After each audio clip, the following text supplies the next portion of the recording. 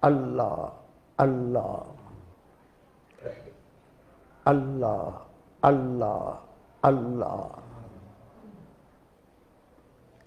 اللہ اللہ اللہ۔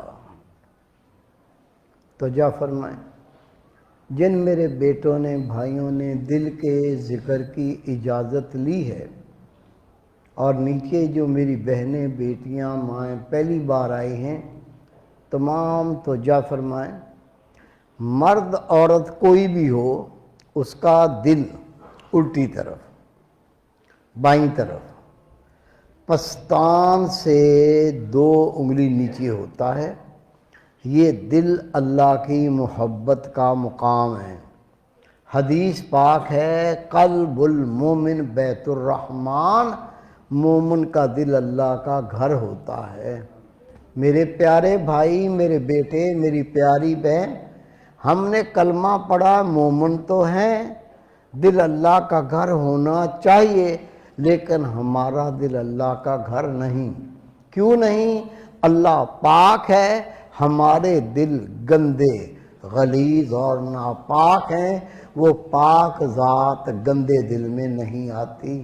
آپ ماشاءاللہ نیک ہیں، میں آپ کو اپنی مثال دے دیتا ہوں، میں گناہ گار بندہ ہوں، کرسی پہ بیٹھوں، اگر کرسی پہ گرد ہوگی پہلے گرد کو صاف کروں گا پھر بیٹھوں گا، گندی کرسی پہ میں نہیں بیٹھتا۔